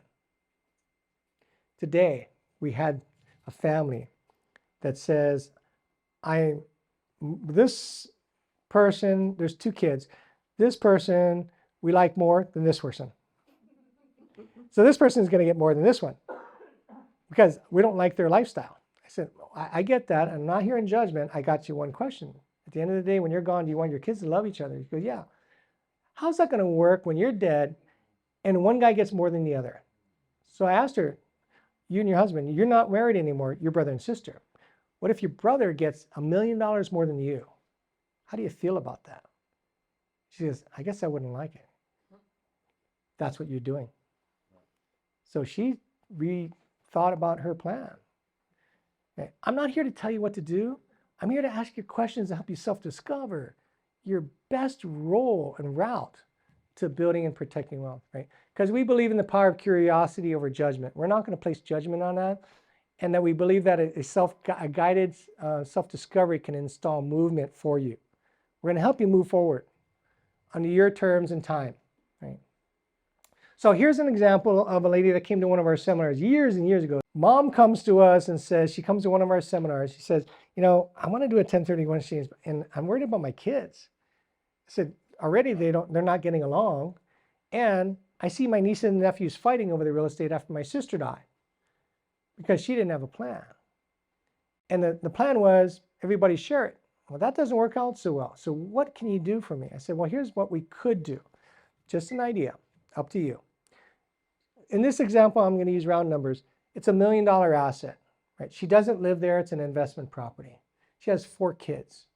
She doesn't, when I asked her, do you need the income from your investment property to sustain the life you desire? She said, no, I don't need it. I got more money than I need. I just don't want this anymore. So I said, well, let's talk about your kids. She says, George, Lucy, Grant, and Ann. Well, 2 of them had homes, 2 of them didn't. See, George and Lucy didn't have homes. They were renting. Now keep in mind, George and Lucy are 40 and 50 years old. They've never been taught to build wealth. They've been renting all their life. They've never built wealth at all. So what we said is, well, what if you could bless them? If they could buy their own home, would they? She said, yeah. So what if you could bless them? So what does that look like? Well, let's just say you allocated $250,000 per child. You sold the property. These children could then predetermine their inheritance. Predetermine their inheritance by being part of the selection committee for the 1031 exchange replacement property. They don't own it unless they put money in. So George says, I'm good with $250. that'll buy me that condo in Las Vegas. I'm good. Mom, her 250 goes to George, but guess what? Mom owns it, George doesn't. What George does, he gets to live there for free. When mom dies, he gets it all tax-free. Okay. But what we suggest is that all these kids that get blessed this, they pay that phantom rent that would normally be required to be received as an investment property. So there's a process to everything we do. There's a system to everything we do. And so we get the property that he wants to buy. We get the rental value of that. We print that out. Because if the IRS ever questions you, you got to have supporting documentation. So yes, we could prove that the value was, $2,000 a month. You pay the tax on the $2,000 a month. You pay that to the IRS. That bulletproofs your 1031 exchange. Because mom doesn't live there, and the IRS is receiving income tax from a property that mom owns. That's going to bulletproof you. Right? 100% legal. It's never been audited. We've done this for 18 years. We've been doing this. Right? Lucy says, $250 is not enough for me. I want to buy a $500,000 property. Right? So what Lucy does is she co-owns it with mom, 50-50. Lucy has to put in 1% of the money of her own cash. Well, Lucy didn't have the money, so mom gifted her money to put her down, 1% down. Lucy took out the mortgage for the difference. Lucy's on the mortgage note, the promissory note, and 50% of the title. Mom's on 50% of the title, but not on the promissory note. Right? Under the agreement that, Lucy, if you screw this up, we're all going down. You're going to take me with you. Because if you go foreclose on it, I'm a 50% owner. Right? Because Lucy's, remember, she put in half, mom put in half. Right? And we go on and on. There's so many ways this can be done, ladies and gentlemen. It's everything we do is customized to you and your family. But what we'll do is we'll walk you through it. Our safety net is our attorney that we use. He is a CPA and an attorney, and he's the one that brought 1031 exchange to Hawaii in '87. And he picks up my call all the time because we give him a lot of business. He writes the documents that goes to the IRS because he was the guy at the Supreme Court when the IRS got approved. He stood in that room. Yeah. When mom dies, she passes all these assets to the kids tax-free. No capital gains tax. We've eliminated capital gains tax, we eliminated the burden of the assets, and we eliminated the family dispute. We solved all of her problems. And this is what I travel all over the country teaching, because nobody knows how to do this yet. And this is changing lives in a meaningful way. Right? And that's my goal. Somebody told me that if you do a 1031 exchange, it has to be the same value or higher? Equal to or greater than, yes. So in this case, it was $1 million sale, $1 million buy. But the buy was in 4 different buckets, $250 each. Or more, right? Or more. Oftentimes, though, if you've owned your property a long period of time, you got to buy up. You can't buy equal to. Remember about the depreciation recapture?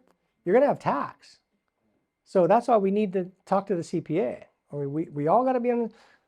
You want all your trusted advisors on one table, right? Everyone's on the same page. So 10 things to make sound decisions. Understand what your market analysis looks like and understanding the current trends and variables that impact value. Interest rates, making sure you understand what that looks like and how that can impact you. Doing an equity analysis, understanding your net proceeds. Making sure you're really clear in your tax liability assessment.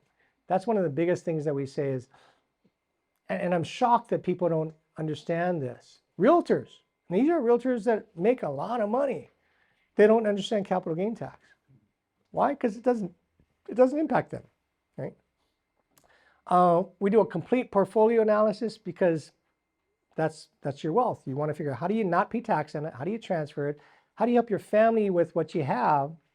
And then we're going to measure every asset you have. We're going to show you And I got to tell you, almost everybody overestimates the value of their property. And they overestimate how much cash flow they're going to get. And almost everybody, when we show them the asset performance test, they go, oh, I didn't know that. Right? Renovation repairs, because a lot of our homes are in need of work.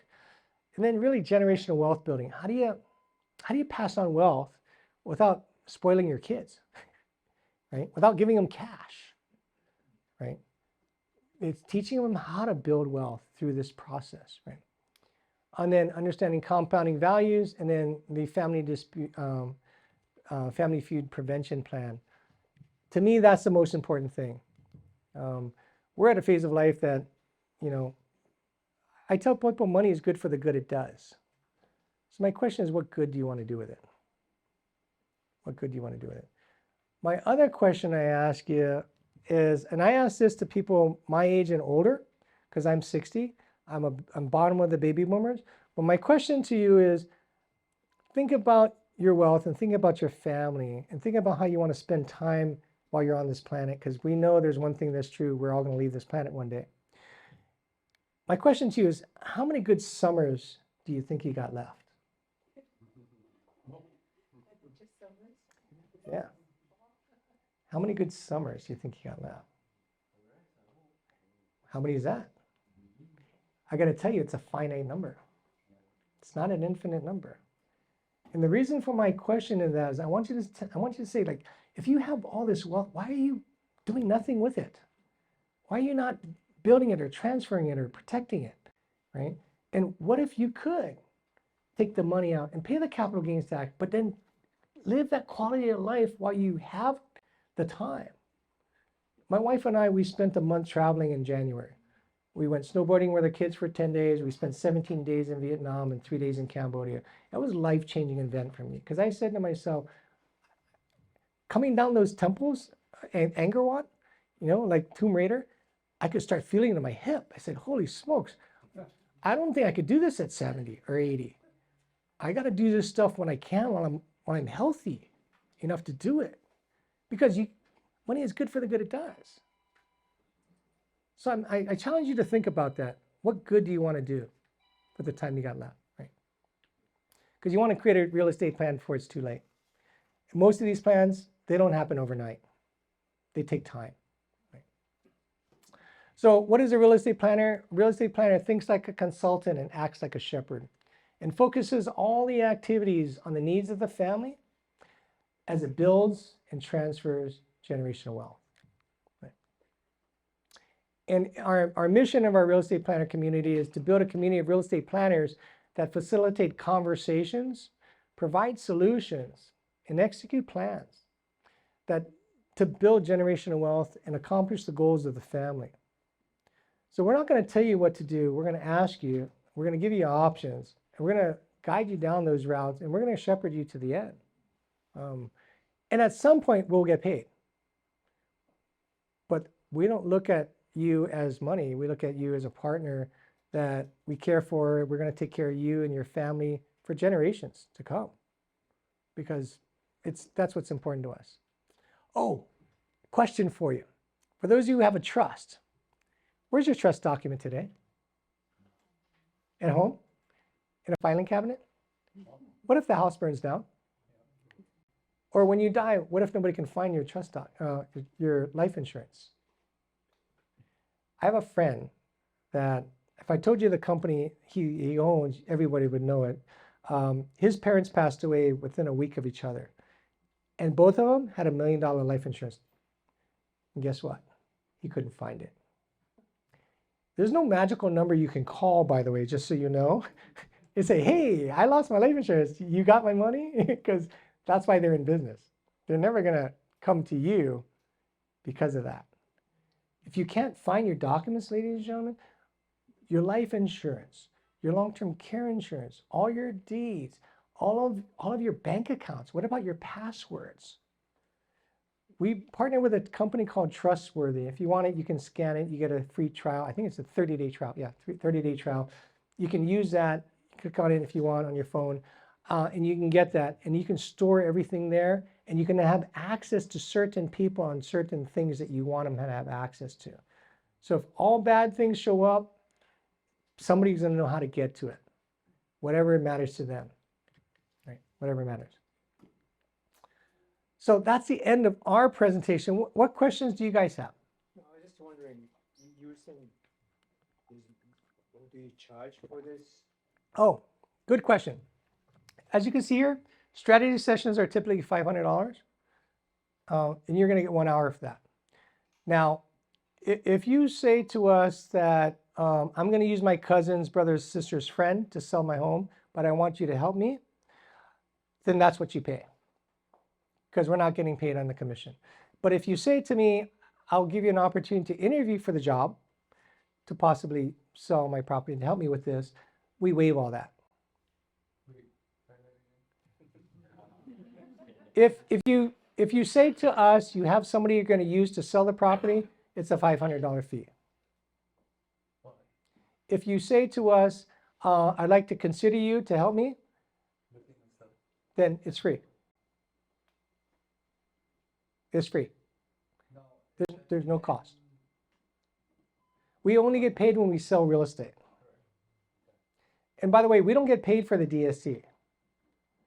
There's no financial benefit for us to share with you the DST. No commission. We get zero. Why do we present it? Because I truly believe that for some people, for some situations, it makes sense. I'm proof of concept. I own one. You deal with properties outside of Hawaii? All over, because I travel the country. Last year I was gone 198 days from my house. This year it'll probably go on over 220 days, because I'm in every major metropolitan city. I'm not going international yet because there's too much of the country to cover. Yeah, but yeah, we can connect you to international. Sure. So we're part of Keller Williams. I don't know if you know this. Keller Williams is the largest real estate company the world's ever seen. We have 180,000 realtors globally. We have 165 in the United States. Right? We are the absolute largest in agent count, unit count, and dollar volume. The guy that started the company is my mentor, Gary Keller. He's a billionaire, right? Literally a billionaire. But the guy cares for you and me. And he says, well, when he died, he runs the largest real estate company on the planet, and he's one of the wealthiest guys in the country. And he says, you know what he's going to put on his gravestone? I'm a realtor.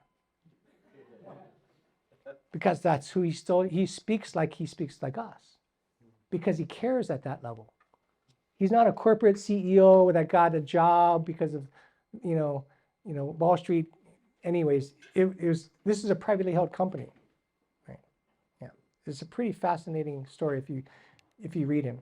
Do you have to have your trust documents in place before you start doing this real estate plan? No, but I think it's something that we would do simultaneously. Do you do assistance in creating a trust? Yeah, yes. So we don't personally do it, but we do have a guy. See, I've been in this business a long time. I talked to a lot of attorneys. Right? There's only one guy that I found that actually puts it in the trust document so the kids never fight. So that's why he and I get along, because he operates just like me.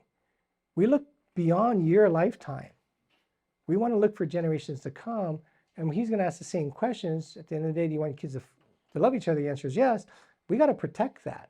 So he's the only guy that I ever found that will put in the trust document, as long as everyone agrees, the couple that owns it, upon the last person's demise, the property is sold within 12 months, 12 or 24 months.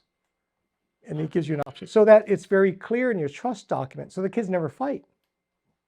They fight because there's no time frame in it. That's the problem. Yeah. At the end of this free strategy session, I end up only just putting my properties in trust. Free. Yeah. Yeah. And we don't get paid for you putting your property in trust. But doing all these evaluations. Yeah. We're looking at everything. Mm-hmm. Why do we do that? Because who are you going to tell?